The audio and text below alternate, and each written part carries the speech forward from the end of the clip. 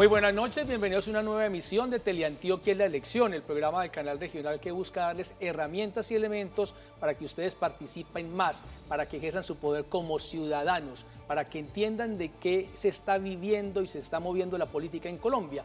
Y un tema que ha sido protagónico en los últimos años y hasta en las últimas décadas, sin lugar a dudas, ha sido la seguridad y la violencia, el tema del acuerdo de paz, todo este proceso que estamos viviendo, que según los expertos no es tan único. Colombia no es el primer país ni será el último en vivirlo y por lo que se está mirando es un reto a resolver. Por eso me gusta mucho esta noche saludar a nuestra invitada de hoy. Se llama Paula Andrea Valencia, que es doctora en Ciencias Sociales, tiene diferentes maestrías y uno muy especial como especialista en gestión de la paz y los conflictos para esta noche hablar de seguridad, de violencia, de todo este tema de la paz que tanto gravita en el tema político. Pues Paula Andrea, buenas noches, bienvenida a Teleantioquia y qué bueno hablar esta noche de un tema que genera tanto ruido, la seguridad y la violencia. Sí, buenas noches Juan Carlos, es un tema fundamental. Realmente cuando hablamos de elecciones, para el caso colombiano, siempre hemos apelado al tema de seguridad, al tema de violencia y al tema de negociaciones de paz, hasta el periodo pasado, para definir los perfiles de los candidatos. Y entonces en este caso, a pesar de que ya tenemos un acuerdo firmado con las FARC, el tema de paz sigue siendo un tema recurrente y también hoy el tema de violencia y de seguridad van a ser uno de los temas principales en la agenda de nuestros candidatos. Entonces, muy interesante que haya esta convocatoria porque es un tema del que tenemos que hablar y del que los ciudadanos y los candidatos deben estar enterados. Muy interesante escucharla después de haber oído en un programa anterior a un psicólogo que nos decía, hombre, la gente se mueve por emociones primarias y el miedo es uno de los principales. Y aquí nos han metido en ese tema el discurso del miedo por la inseguridad, por la violencia. ¿Cómo leer ese camino de Colombia en este tema que es tan difícil en estos últimos años, de acuerdo a lo que ustedes ven como expertos en el tema? Sí, el tema de gestión del miedo es un tema fundamental en las decisiones políticas. Una de las emociones políticas que más mueve a los electores, valga la redundancia, es el tema del miedo. Y en este caso, y en el caso colombiano hoy, un fenómeno que es normal en los procesos de posconflicto, de posacuerdo, como es el incremento de los índices de violencia, va a ser uno de los temas estratégicos de la decisión de los ciudadanos al momento de votar. Pues hoy tenemos unas cifras que, pues como han sido transmitidos por los medios de comunicación y por los candidatos, son alarmantes en materia de posconflicto. Y sí, tenemos muchos fenómenos que han repuntado, que han tenido incrementos incluso exponenciales, pero que son normales en esos procesos de posacuerdo. Los países en periodo de posacuerdo son países altamente belicosos y en muchos casos transitan entre formas autoritarias y formas más democráticas de gobierno hasta que encuentran estabilidad. Paula, pero uno nos escucha a usted y dice, venga, un momentico. Ahí me dicen que el país hace un acuerdo de paz con la guerrilla de más historia, más numerosa y más dañina, y es normal que después del acuerdo haya más violencia, más indicadores. ¿Cómo entender esto? ¿Y hay antecedentes en el mundo y esto es lo normal? Sí, es lo normal. Los análisis que se hacen desde la econometría nos muestran cómo después del acuerdo, los primeros años son mucho más belicosos, incluso pueden ser más altos los fenómenos de violencia que en los mismos momentos de confrontación armada. Y eso es lo que está pasando en Colombia. Es un riesgo. Y eso es lo importante que deben tener en cuenta nuestros candidatos en sus programas de gobierno, en sus planes de desarrollo. Tenemos que contener los fenómenos de violencia. Ese riesgo que genera esa violencia nos puede llevar, ¿cierto?, a un repunte de fenómenos que hoy los estamos viendo claramente. Lucha nuevamente por control territorial, nuevamente homicidios selectivos, desplazamientos forzados y hay un repunte claro de desplazamientos forzados masivos, aumento de masacres, pero el fenómeno es normal, se presenta en todos los procesos de negociación y posacuerdo, solo que la estrategia que utiliza el país y sobre todo las administraciones locales y regionales para contenerla es la que da la garantía de éxito del proceso de negociación. Importantísimo entender y que el ciudadano diga, venga, es que yo veo que el proceso de paz lo firma el presidente, como si fuera un tema distante. No, la implementación del acuerdo, es decir, la vida que se da en los territorios va a ser definitiva y Antioquia, pues Pablo, usted lo conoce muy bien, es un territorio cruzado por el tema de la violencia. El gobernador Luis Pérez ha dicho, mucho cuidado, estemos pendientes, hay cosas que no marchan, que entiendo que es normal que sea así en el mundo entero, pero tenemos que poner cuidado para que el ciudadano mire en su candidato a la gobernación, en sus candidatos a alcaldías, incluya el tema de violencia, incluya el tema de atención a este acuerdo, porque es un tema definitivo en la suerte regional? Sí, claro. Un tema obligado, el tema de seguridad para todos nuestros candidatos, pero un tema obligado también en función de construir la estrategia para las regiones y para lo local. ¿Por qué? Porque a pesar de que, como dices, el acuerdo lo firma el presidente, pues quienes soportan el peso de la construcción de paz son los ciudadanos en los territorios. Y entonces por eso muchos teóricos como Jean-Paul Lederach hablan de infraestructuras de paz, y no de infraestructuras de paz como esa construcción institucional que entienden desde el Estado colombiano como ese soporte institucional para apoyar la paz, sino como el soporte que dan las comunidades de base a ese proceso de paz, porque finalmente ellos fueron los que vivieron el conflicto de forma directa y son los que van a soportar el peso del posconflicto. A esas comunidades más afectadas es a las que han llegado en las zonas veredales, en este momento transitorias de reincorporación, la población desmovilizada, es donde se están ubicando los proyectos productivos y es donde se debe generar toda la estrategia de reinserción económica y social. Es decir, que la reinserción no es solo de los que hicieron parte de las FARC en este caso, sino de la sociedad que convive en territorio con ellos. Pues la sociedad finalmente es la que recibe el impacto, ¿cierto? Y entonces por eso, pues también es fundamental esos planes territoriales que se están construyendo para suplir las necesidades que había accesorias a la situación de conflicto. Comunidades que habían sido olvidadas por el Estado por mucho tiempo, ¿cierto? Y que necesitaban unos planes territoriales, ¿cierto? Que es la respuesta más clara a lo que llamamos en términos teóricos paz territorial, ¿cierto? ¿Cómo hacemos que la paz realmente se concrete en la respuesta a unas afectaciones estructurales que tenía la población, ¿cierto? Y que son el origen de sus violencias. Hoy vemos en los números, Paula, como usted lo ha dicho, que se recrudece la violencia y usted nos dice eso no es extraño. Y usted estuvo aquí en Teleantioquia con nosotros cuando se firmó el pacto o el acuerdo en el Teatro Colón y era previsible estos números. Me responde después de estos mensajes y ya regresamos en Teleantioquia de la elección.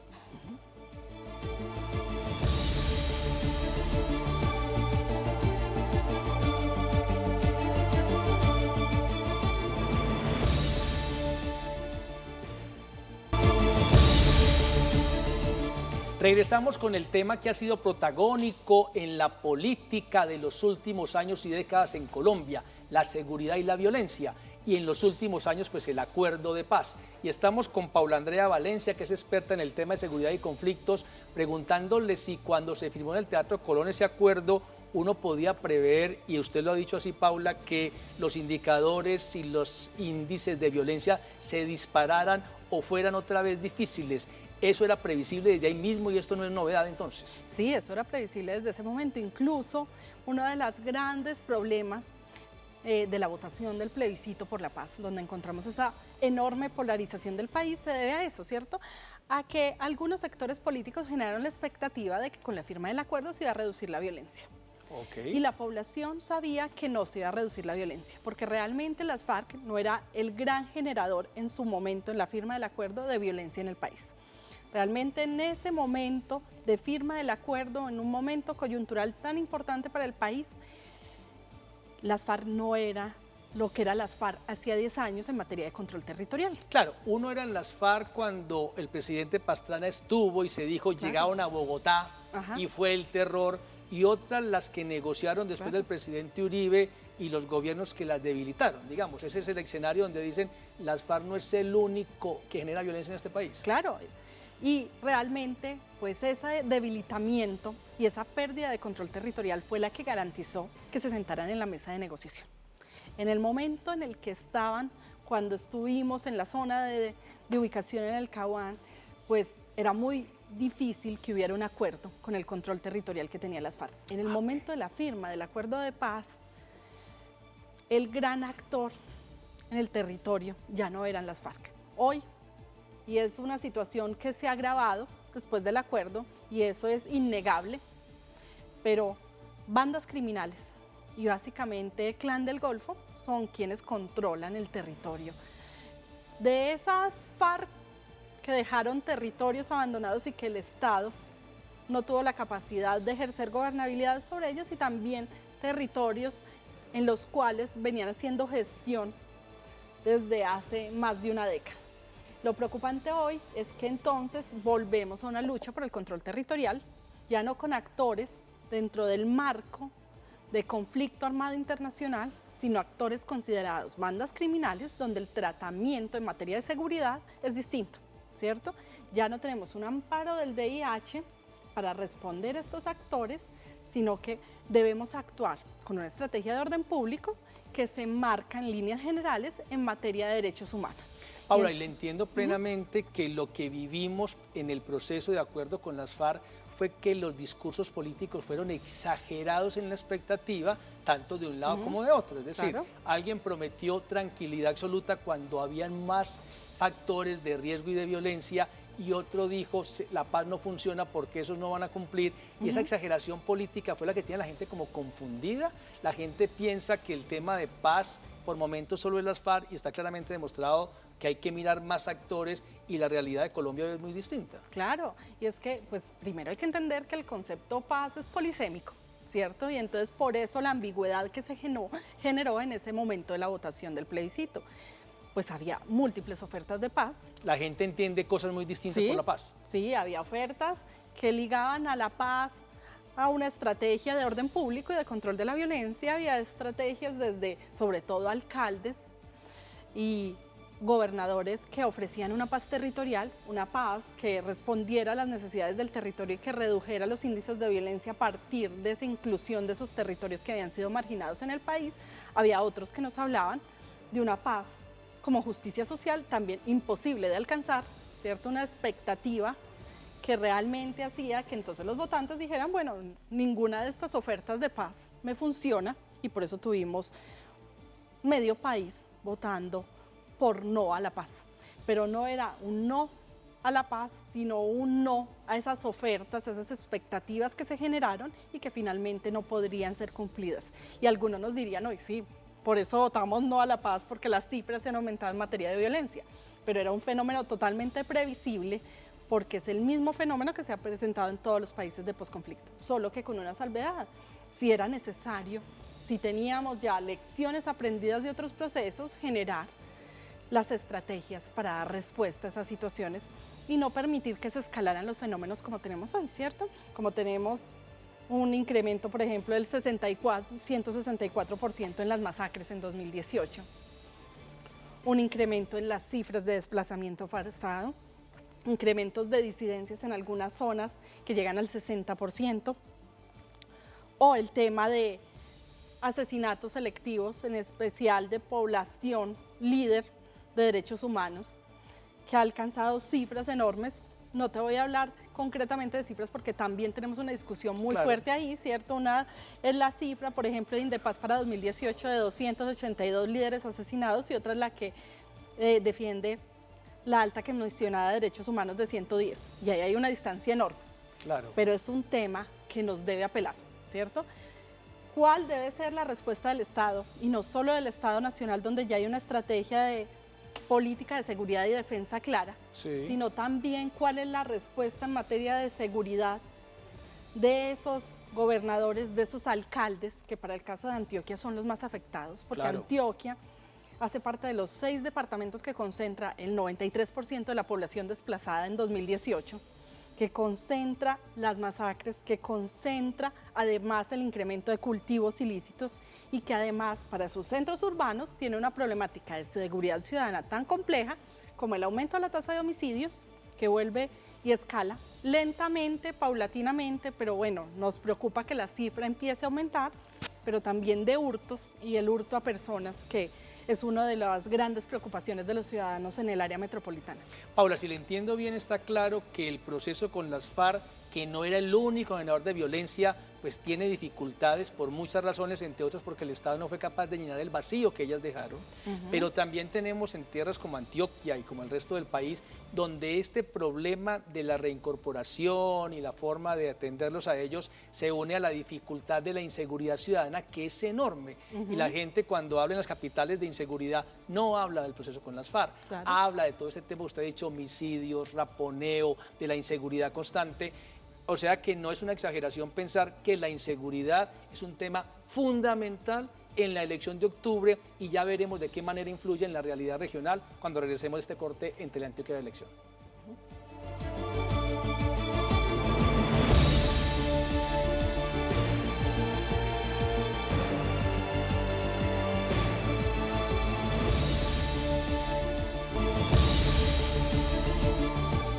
Estamos hablando de un tema estratégico en cualquier suerte de un territorio, el tema de la inseguridad.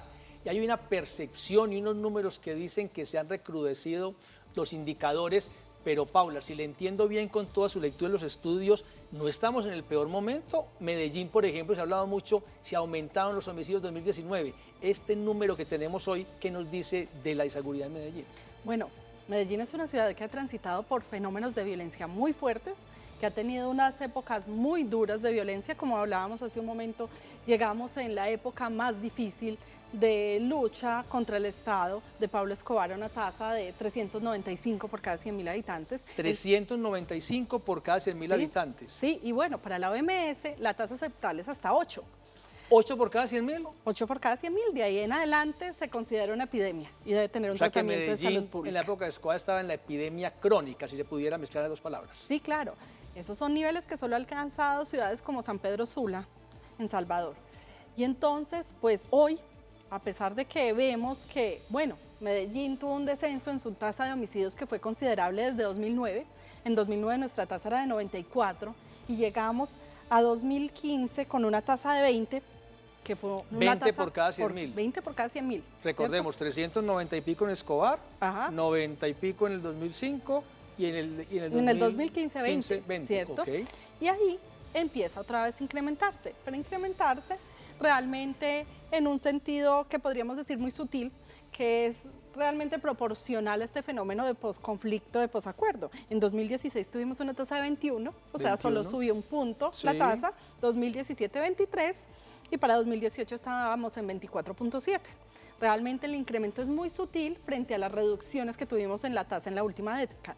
Entonces, bueno, es una alerta, ¿sí? Y es normal que exista la alerta, es importante que leamos la cifra como una forma también de llamar la atención a esos candidatos de la estrategia debe seguir funcionando y debemos contener esos focos de confrontación, porque además en Medellín la mayor parte de los homicidios se ven a la disputa entre bandas. Realmente no son homicidios que estén ligados a otros fenómenos de violencia ciudadana, sino que siguen siendo los actores armados los que generan la mayor tasa de homicidios. Entonces tenemos que contener esos fenómenos de violencia, pero no estamos en la zona crítica en la que estuvimos ni siquiera en 2009, que es hace 10 años donde empezó nuestro descenso.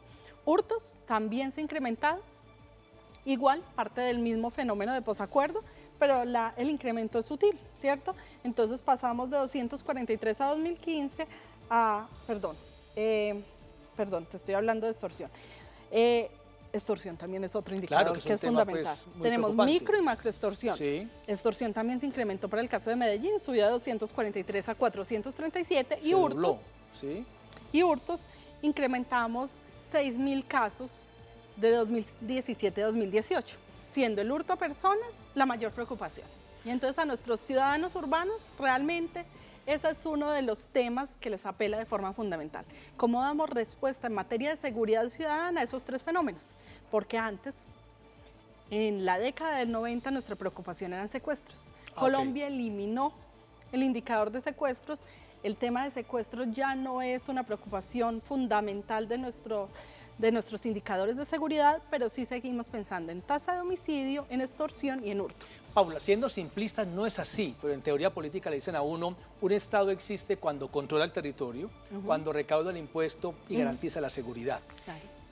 Hablamos ya de los territorios donde estaban las FARC, que no hay garantía ni control, hay un reto ahí enorme en cada región, en Antioquia por supuesto, y en Medellín también se habla mucho de control del territorio, se dice que estas bandas, Medellín, Valle de Aburrá, Bello, no sé, Envigado, demás, que son dueños de territorios. ¿Ese control territorial puede ser el gran reto de los gobernantes locales, aunque no puedan solos lograrlo?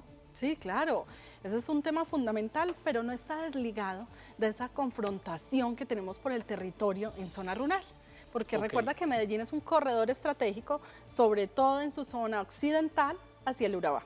Y entonces sí. por eso hemos observado un repunte de la violencia en corredores fundamentales como Altavista, como Robledo, y son las comunas que están hoy en situación más crítica por la disputa de esos combos que sirven finalmente a esas bandas que generan su alianza con los grandes carteles del narcotráfico.